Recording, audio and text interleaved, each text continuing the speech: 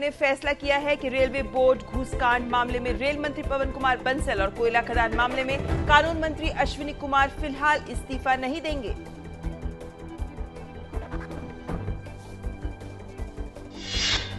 Rail मंत्री और कानून मंत्री के इस्तीफे की विपक्ष की मांग खारिज करने पर भाजपा ने सरकार की कड़ी आलोचना की है। भाजपा ने कहा कि ठोस सबूत होने के बाद भी कानून मंत्री अश्विनी कुमार इस्तीफे से इनकार कर रहे हैं। सीबीआई ने रेलवे बोर्ड रिश्वत कांड में एक व्यवसायी समीर संधीर को गिरफ्तार किया है। अब इस मामले में गिरफ्तारियों की संख्या 8 हो गई है। इस बीच रेलवे बोर्ड के गिरफ्तार स्टाफ मेंबर महेश कुमार को निलंबित कर दिया गया है। कोल ब्लॉक आवंटन मामले में सीबीआई की जांच रिपोर्ट में किसी हस्तक्षेप को लेकर सुप्रीम कोर्ट में नया हलफनामा दायर करने की आज अंतिम तारीख। सीबीआई को अपनी जांच टीम में शामिल अधिकारियों के बारे में भी कोर्ट को बताना है। भारत और चीन लद्दाख क्षेत्र के दौलत बेग ओल्डी चौकी पर पिछले 20 दिनों से जारी गतिरोध को समाप्त करने पर सहमत हो गए हैं। इस नए घटनाक्रम के तहत दोनों पक्षों ने अपने अपने सैनिकों को पूर्व स्थिति में वापस भेज दिया है।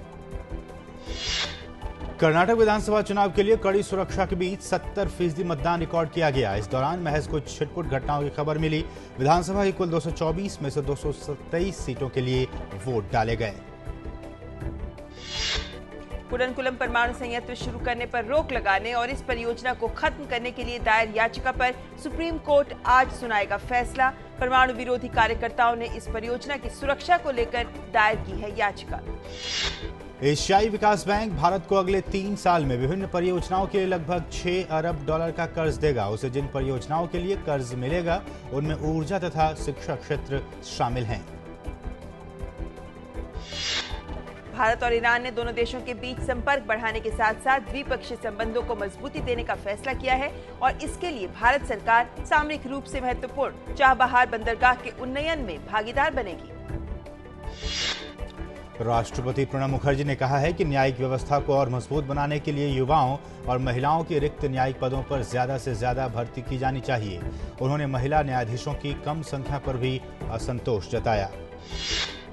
पाकिस्तानी कैदी सनाउल्लाह की हालत गंभीर बनी हुई है। वो गहरे कोमा में है और उसके तंत्रिका संबंधित स्थिति में कोई सुधार नहीं हुआ है। सनाउल्लाह के मेटाबॉलिक पैरामीटर्स ठीक हो रहे हैं, लेकिन अब भी वो वेंटिलेटर पर है।